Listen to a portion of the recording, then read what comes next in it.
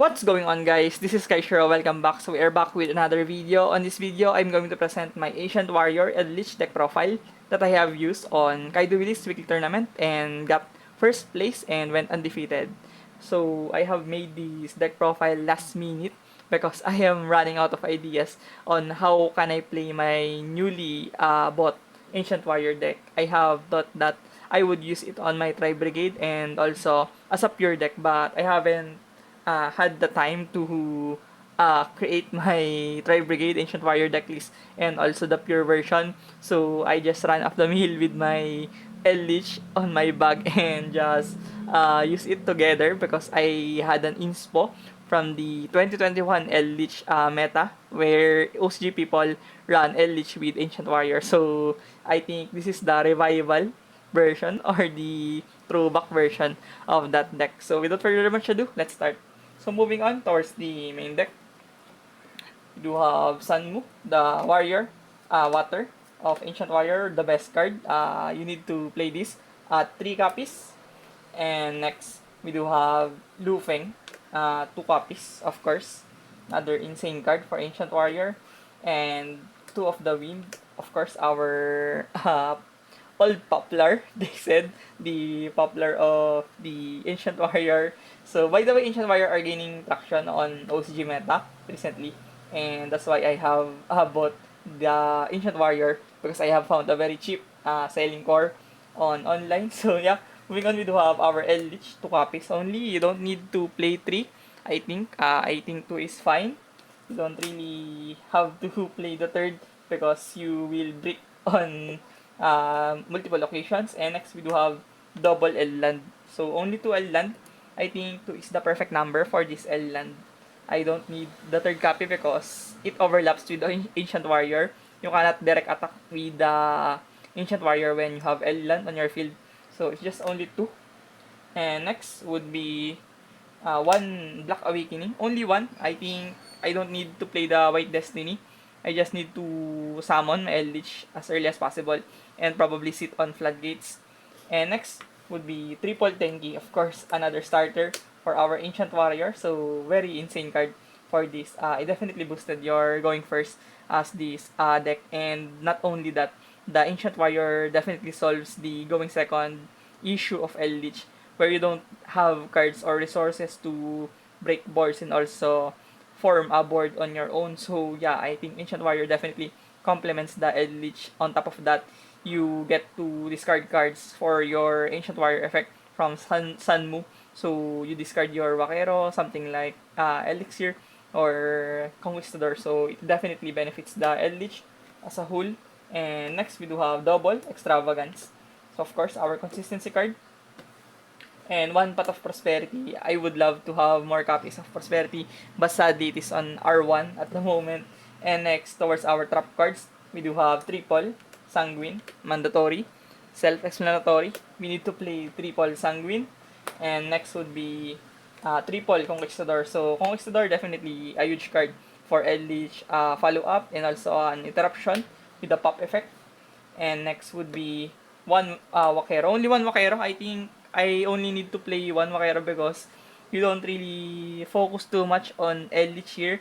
I think Eldlich are the secondary engine here, not the primary. I often see myself playing with Ancient Warriors more on this deck. I think the Eldlich is just the defensive unit or the grind game potential engine for this deck. And next would be 1 Golden Land Forever, of course. Very immense card to protect your board. And next would be Triple Power Sync Stone. I cannot stress enough how impactful this card is on the metagame right now. I have also said this on my previous videos that Power Sync Stone is a card that is gaining popularity or traction in the OCG metagame scene, and lots of people are now using this card. And I have also opted to play this, especially an Eldlich deck would have to need floodgates on their disposal. So the triple Power Sync Stone definitely won me a lot of games. I cannot really stress enough how important this card on my tournament run recently. So very good card. It is like Skill Drain 2.0. And of course, we are playing the OG Skill Drain with 1 copy. And next would be 1 Summon Limit. So Summon Limit definitely busted card there's a reason why this is only R1 at the moment. And next, our counter drops. I am playing triple, Solemn Strike. So, before they also use the Solemn Strike as the complementary trap card for this deck because I have remembered the time where I started Yu-Gi-Oh! Back in 2021. That's the moment where I started Yu-Gi-Oh! And the time where I browse the references, information about OCG because I thought on my first glance, I thought that TCG is the format for the worldwide scene of Yu-Gi-Oh! But I have come into a conclusion that OCG is the legal format in Asia. So I have browsed the Eldlich Ancient Warrior deck profiles from Road of the King and other sources. So yeah, I have think that they play Solemns as their powerful trap disposal because they cannot play too many floodgates like Rivalry, they can only one, and also things like the Goes in Match. So yeah, it definitely makes sense to play counter traps instead. And next we do have Triple Solemn Warning. So this is also gaining traction in the OCG region, especially in Japan and Korea. They are even main decking the copies of Solemn Warning on their disposal, and I think it is a card that definitely wins a lot of games because you definitely choke the opponents, and especially the meta decks out there, they will definitely struggle with Solemn Warning on your disposal. And I cannot really think of my last three cards, so I just went with the 9 Solemns in my deck. So this time I am playing Solemn Judgment in my main deck, and fruitfully it worked for me because a lot of people in the Philippines are already expecting back row decks. They know that the metagame environment here in our country is infested by back row decks, control, stun, runic, Metabeat, Eldlich, especially Eldlich, very cheap right now from the tactical try. And this deck is, I think, only $20 in core, or not even that much, no? So we only have 500 pesos Ancient Warrior core, and also Eldlich with only 300 to 400 pesos only. So this is a very cheap deck. So if you want to try very budget deck on your own, I think I could recommend this deck for you.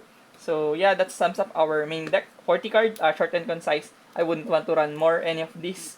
I think 40 is the perfect number. And moving on towards the extra deck, we do have triple DDL. So double Dragon Lord in Ancient Warrior. The best extra deck because this is only the extra deck card for Ancient Warrior. So yeah, I think this card is also really good in the format right now. Very underrated. Definitely a card that should look out for. And next would be Imduk. I think Imduk is definitely the better option above Link Spider because Imduk gains attack and can be clutch on some situations if your opponent doesn't even play around Imduk and they are not aware of Imduk on your disposal. And probably moving on, I would replace or cut the Sling Spider in other replacement like Nightmare Phoenix or yeah, Donor for hire. I think those are valuable cards as well to replace the Link Spider. But sadly, I have opted to play Link Spider on the tournament. And next would be SP Little Knight. Of course, very generic card. I don't know why Konami have printed this card. To be honest, this is very busted. And next, our XYZ lineup. I'm playing 2 Gustav Max. I hope that I should have played 3 because some games I have banished these 2 copies from Extravagance, and that really hurts a lot, especially when you can close out the games from the Eldlich when you just have to need Gustav Max to deal the 2k extra damage, no? So it definitely pains me a lot to not close out games. I think I have been more clean on my games if I also have the third copy of the Gustav Max. Next would be Liebe. Of course, Liebe. Another tank and Juggernaut on our extra deck. And next we do have one Pleiades. I think Pleiades is still good when you consider that you could go into Zeus. But overall, I think Chaos Angel is definitely more better in terms of the value that it offers to you. So yeah, only one Pleiades. And next would be one Typhoon. It didn't come up. I think Typhoon is definitely just a card to stop the combo decks from overwhelming you. And of course, one Zeus. Look at this common Zeus from Tactical Tri deck. This is the only thing that I could afford because the Zeus before is very expensive. So yeah, Zeus common saves the day.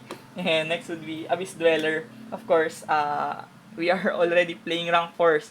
For the Ancient Warrior, you have level 4s. You could definitely make something like Dweller.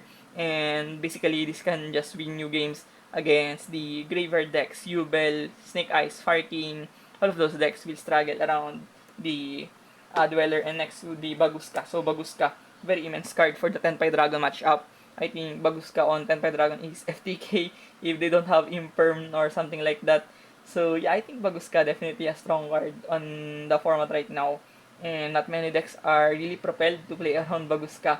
And the last card, our synchro in our extra deck, would be Chaos Angel. Definitely a card that should be played on Eldlich because of the easy way to summon this out, and also the value that it offers to interrupt the opponent. Next, moving forward, our side deck, we have one Ra Sphere mode, so only one. I thought I should play three of this, but the format right now is very dicey. You don't really know if the opponent will extend, or yeah, if they are good, they would play around Nibiru at most cases. So they don't really go to the lengths of fulfilling their full board or making their full combo. They are playing around mitigate the Maxi and also Fuaros and Nibiru, of course. So only one sphere mode, but I think I could be more adventurous or yeah, risk taker next time and play the other two of the sphere mode.